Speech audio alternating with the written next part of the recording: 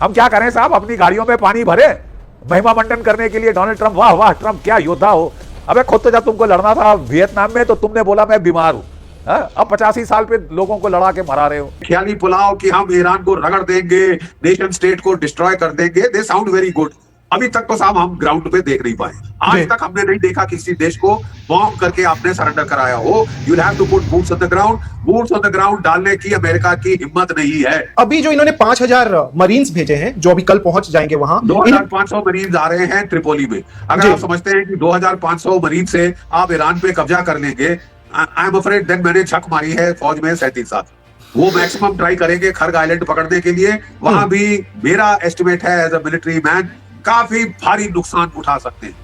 एक डिस्ट्रॉयर कहा जा रहा है कि इनका डुबो दिया है ईरान ने, 250 से 300 नाविक उस पे होते हैं। बिल्कुल, अगर ये चीज सच है तो आपकी कैजुअल्टीज बढ़ती जा रही हैं साहब, और मिड टर्म इलेक्शन इस साल आनी है, आपको अमेरिका के लोग बताएंगे साहब आपकी औकात। ये बहुत बड़ी बात आप कह रहे हैं, और यकीनन जिस तरह का सनकपन देखने को मिल रहा है, एक के बाद एक बड़बोले बयान भी ट्रंप के लगातार सामने आ रहे हैं। इजरायल ने ईरान के 5 गैस प्लांट पर हमला किया, जिसका जिक्र जीडी बख्शी साहब कर रहे थे। जवाब में ईरान ने कतर पर हमला कर दिया, कतर का सबसे बड़ा गैस प्लांट जिस पर यह हमला किया। आपको बताते चले 12 ऐसे मुस्लिम देश हैं जिन्होंने ईरान के इस रवैये को लेकर अपनी नाराजगी भी जताई है। ये बहुत गंभीर मुद्दा है, बिल्कुल, प्लीज इसको ये पॉलिटिकल तू में ना डिसेंड किया जाए।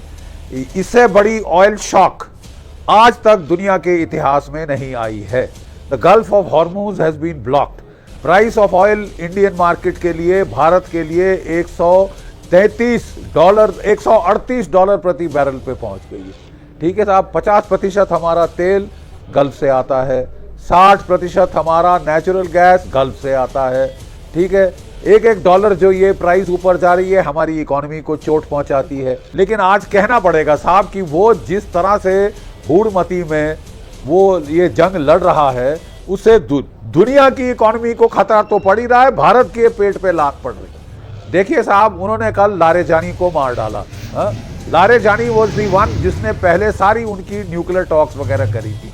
मतलब कोई भी ऑफ रैंप है आप उसे खत्म कर रहे हैं। लेकिन हमारा कहना यह है कि एवरी डे जो ये लड़ाई चलेगी, गल्फ ऑफ हॉर्मूज बंद रहेगी, दुनिया की इकोनॉमिक तबाही तय है। दुनिया के अंदर इकोनॉमिक रिसेशन आएगी। ना सिर्फ गल्फ से तेल और गैस आती है, वहां से फर्टिलाइजर दुनिया का 30% आता है। अभी जो अमेरिका के सोयाबीन फार्मर, उनका प्लांटिंग सीजन हो गया है, हमारी भी आ गई बैसाखी, हम भी प्लांट, हमारे भी फार्मर्स प्लांट करते हैं। इस वक्त यूरिया चाहिए, इस वक्त फर्टिलाइजर चाहिए। आप दुनिया में देखेंगी इस साल प्लांटेशन ठीक नहीं हुई, अगले साल फूड क्राइसिस होगा। एल्युमिनियम की प्राइसेस जा रही हैं, इंडस्ट्रियल गुड्स की प्राइसेस ऊपर जा रही हैं, बिल्कुल, प्लास्टिक्स की प्राइस ऊपर जा रही है, आपकी जो दवाइयां जिसमें पैक होती हैं वो ऊपर जा रही है। और सब ये हूड़मती एक पागल सन की दिमाग के डोनाल्ड ट्रंप की है कि मैं तो लड़ाई करके छोड़ूंगा साहब। ठीक है साहब, और वो अभी क्यूबा, एक लड़ाई से दिल नहीं भरा, दुनिया यहां मुसीबत में फड़फड़ा रही है। वो क्यूबा में उसने चालू कर दिया है साइबर वॉरफेयर, उनकी लाइट शाइट बत्ती शत्ती गुल कर दी है क्यूबा हवाना के अंदर। ये इंसान क्या टोटली इंसेन हो गया है? दुनिया को कुछ करना पड़ेगा साहब, नहीं तो इनके सन की पने में दुनिया की तबाही है। बिल्कुल, इन्होंने यूरोप को साहब तेल खरीदने से रोका, रूस से गैस। ठीक है साहब, और वो बेचारे पूरे डिपेंडेंट हो गए ईरान, क्या कहते हैं, गल्फ के ऊपर। अब गल्फ का ऑयल भी उनके लिए बंद करा दिया, फिर कह रहा है आइए अपने जहाज भेजिए, मेरे आदेश पे जहाज भेजिए। मैंने आपसे पूछ के लड़ाई नहीं शुरू करी, लेकिन मैं चाहता हूं कि आपके सेलर्स आके गल्फ में मरे, क्योंकि अगर मेरे मरेंगे तो मेरे को पॉलिटिकल नुकसान होगा। है साहब, मेरे को पॉलिटिकल नुकसान होगा, आप भेजो। वो बोले साहब आपने अपना एयरक्राफ्ट कैरियर वहां से धराशायी करके भगा दिया वापस यूनाइटेड स्टेट्स। जेराल्ड फोर्ड आप जानती हैं, वो वापस जा रहा है रिपेयर के लिए, और अब्राहम लिंकन के ऊपर भी ठोक दिया है। त्रिपोली मंगाया है जापान से, थर्ड बैटरीज जो भी साउथ कोरिया में थी वो उठा के इजराइल के लिए लगा दी है। साउथ कोरिया का प्राइम मिनिस्टर रो रहा है साहब कि ये तो बिल्कुल अनरिलायबल है। गल्फ के लोग, देश बोल रहे हैं कि अमेरिका का बेस अपने यहाँ बनाना एक मैग्नेट के भांति है जो मिसाइल लाएगा। ये हमारी प्रोटेक्शन के लिए है, हमारी तबाही के लिए। एक और चीज मैं आखिरी कहना चाहता हूं, देखिए इजराइल ने हमला कर दिया पर्स की गैस फील्ड के ऊपर, बिल्कुल, जो कि 75% दुनिया की नेचुरल गैस बनाता है, वहां से निकलती है। ठीक है साहब, ईरान ने साफ चेता दिया था कि साहब अगर आपने हमारा तेल या गैस छुआ तो हम सऊदी अरेबिया, कुवैत, कतार, यूएई सब का गैस और ऑयल के इंस्टॉलेशन उड़ा देंगे, मिलिया मेट कर देंगे। बिल्कुल। नुकसान किसका होगा? 20% ऑयल डोनाल्ड ट्रंप साहब की वजह से दुनिया की तेल मार्केट से गायब हो जाएगा साहब। है आप रूस का भी तेल रोकना चाहते हैं? हम ये लड़ाई को जल्द से जल्द पुरजोर लगाएं और खत्म कराएं। लेकिन यहाँ अभी शुरू हो गया, मोदी जी की जहाज आ गई, इस तरह के कमेंट्स आने शुरू हो गए, लेकिन रियलिटी तो कुछ और नजर आ रही है। साहब रियलिटी सिर्फ एक है कि if this war doesn't end the earliest, our economy जो कि इतना अच्छा कर रही थी will take a serious hit and be in trouble. वो उनसे बात करें और उनको बोले कि साहब बहुत हो गया, अब तकलीफ हमको हो रही है, आप अगर लेकिन हमारे सच्चे मित्र हैं तो ये बंद करिए साहब, ये बहुत हो गया। लेकिन आपने नारी जानी को भी मार दिया है, आज आपने $1 बिलियन की बाउंटीज लगा दी हैं। जितना आप मारेंगे उतना युद्ध लंबा चलेगा। You take it in writing.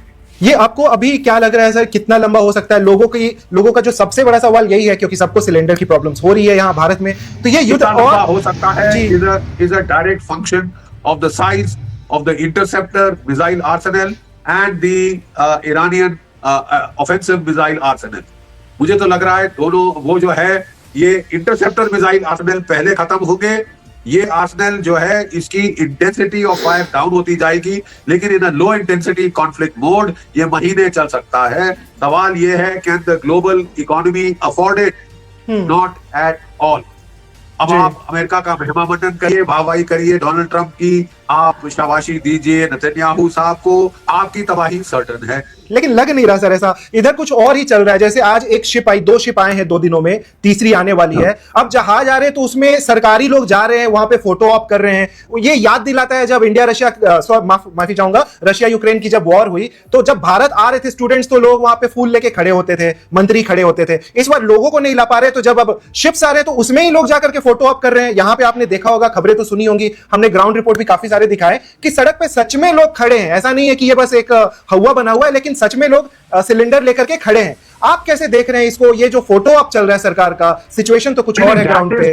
That is why it is important that we get these ships, और उसके लिए जो कि न्यूट्रलिटी है बहुत जरूरी है जी। न्यूट्रलिटी बहुत जरूरी है, नहीं तो वो आपके शिप्स 28 वहां पे हैं अभी, वो रोक देगा।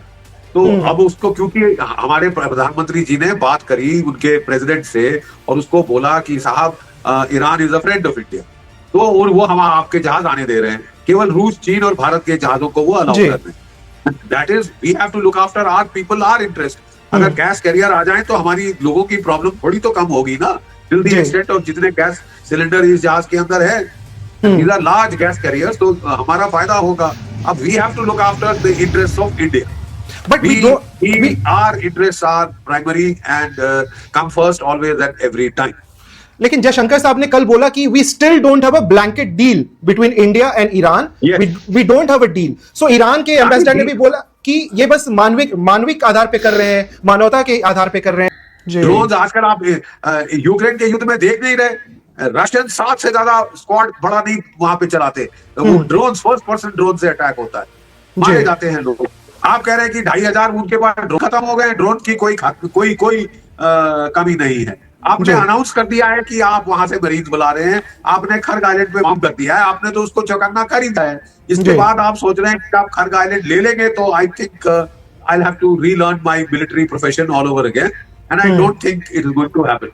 आई डोंट थिंक आप वहां पे रिजीम चेंज कर पाएंगे। स्ट्रेट ऑफ हॉर्मुज के बारे में आपको थोड़ा बता दें कि भारत की एक अंडरस्टैंडिंग तो बनी हुई है, जिसकी वजह से कम अभी भारतीय शिप्स और टैंकर्स वो भारत की ओर आ पा रहे हैं स्ट्रेट ऑफ हॉर्मुज से, जिससे उम्मीद है कि धीरे धीरे एलपीजी सिलेंडर्स और ये बाकी जो प्रॉब्लम्स भारत को झेलना पड़ रहा है, भारत के लोगों को झेलना पड़ रहा है, वो धीरे धीरे खत्म हो जाएंगी। लेकिन स्ट्रेट ऑफ हॉर्मुज का खुलना बहुत ही मुश्किल नजर आया, जिस प्रकार से ट्रंप इस वॉर को और ज्यादा बढ़ा रहे हैं। कम से कम 2500 सैनिक उन्होंने और भेजे हैं, जो कि यूएस मरीन्स हैं। वो स्ट्रेट ऑफ हॉर्मुज को छुड़ाने की कोशिश करेंगे जब वो लड़ेंगे हुतीज से और ईरान की आईआरजीसी से, जो कि अंडर वाटर मिसाइल्स तक का इस्तेमाल कर रहे हैं। बहुत सारे वीडियोस वायरल हो रहे हैं जहां आप देख सकते हैं कि कैसे स्ट्रेट ऑफ हॉर्मुज में शिप्स जलाए जा रहे हैं।